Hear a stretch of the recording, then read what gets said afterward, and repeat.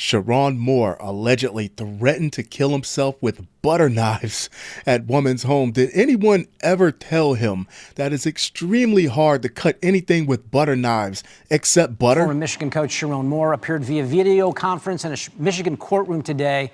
He has been charged with felony home invasion and misdemeanor counts of stalking and breaking and entering. Moore's bond has been set at $25,000.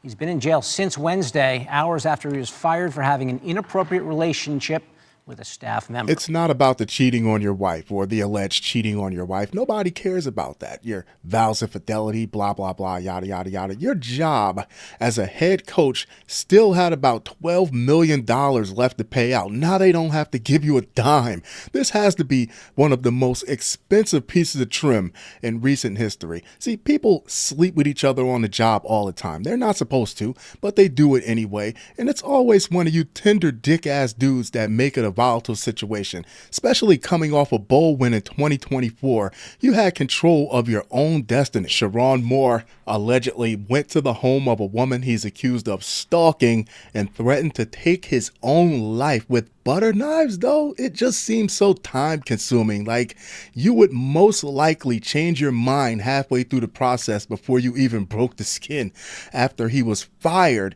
as the University of Michigan's head football coach on December 10th.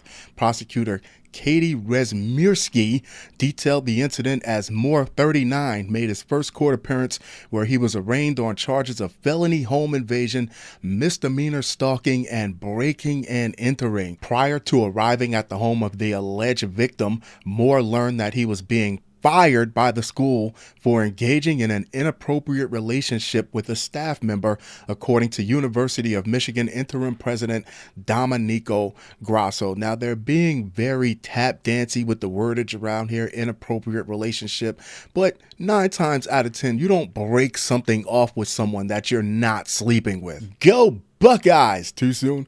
The optimist in me believes he could have survived this and kept his job if he wouldn't have crashed out when the woman that's not his wife anyway broke things off. Things are actually going to go back to normal, as they should.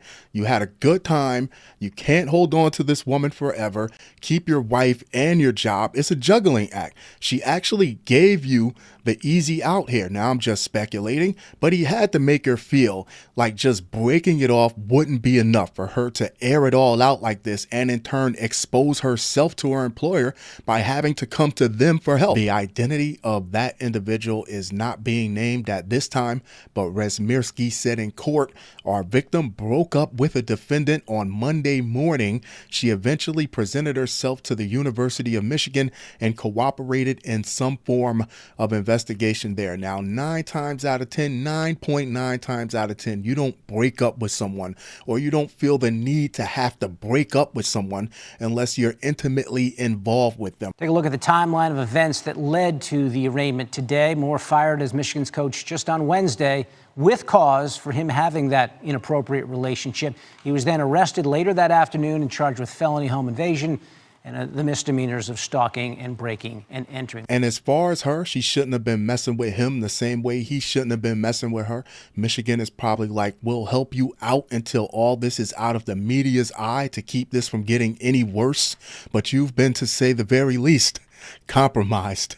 Resmirski went on to tell the judge that once Moore arrived at the home and allegedly forced his way inside, he grabbed butter knives and scissors while threatening to take his own life. I'm going to kill myself. I'm going to make you watch. I don't have the time to watch you try to saw through your arm with a butter knife, buddy. My blood is on your hands. You ruined my life, Moore allegedly told the woman, according to Resmirski. After making those statements, which Resmirski described as threatening, intimidating, and terrifying. Hell yeah, if you're a piece of toast or an English muffin, those statements are absolutely horrifying. The woman informed Moore that she was calling her attorney, said the prosecutor. Upon hearing this, Moore allegedly fled the scene, according to Resmirski. Meanwhile, the alleged victim's lawyer notified law enforcement of what had just occurred. So the question is, why not call law enforcement right away? I don't know. First off, don't ever threaten to kill yourself over your side chick or your main chick. Whose mans is this? And you played played your best card pathetically. Those butter knives was all you had on someone you don't even have to come home to. Where do you go from there? You have absolutely no leverage from that diminished position that you placed yourself in. Less than an hour later, dispatch sent out a notice about an individual with the same car and license plate number as Moore, who was reportedly having suicidal ideations at a church about 15 miles from the victim's home, according to dispatch audio obtained by People. Jail records show that Moore was booked into custody with the Washtenaw Corrections Division around 8:30 p.m. Wednesday evening. Did you get the last trade, buddy? He was not charged, however, for 36 hours, and the counts being filed against him were not announced until just moments before his arraignment. Moore's attorney, Joseph Simon, who did not respond to a request for comment, said in court that he had yet to see a police report before the hearing. The prosecutor in the case recounted the timeline of what happened after the firing of Sherrone Moore. And that included Moore going to the home of his former mistress, who had broken up with him earlier that week, quote, barging his way in. He went to the drawer in the kitchen, pulled out butter knives and kitchen scissors, and said, quote, "I'm going to kill myself. I'm going to make you watch. My blood is on your hands. You ruined my life." That obviously precipitated the call to the police, which led to Moore being arrested and jailed. After hearing arguments, Moore was granted pretrial release with his bail set at $25,000.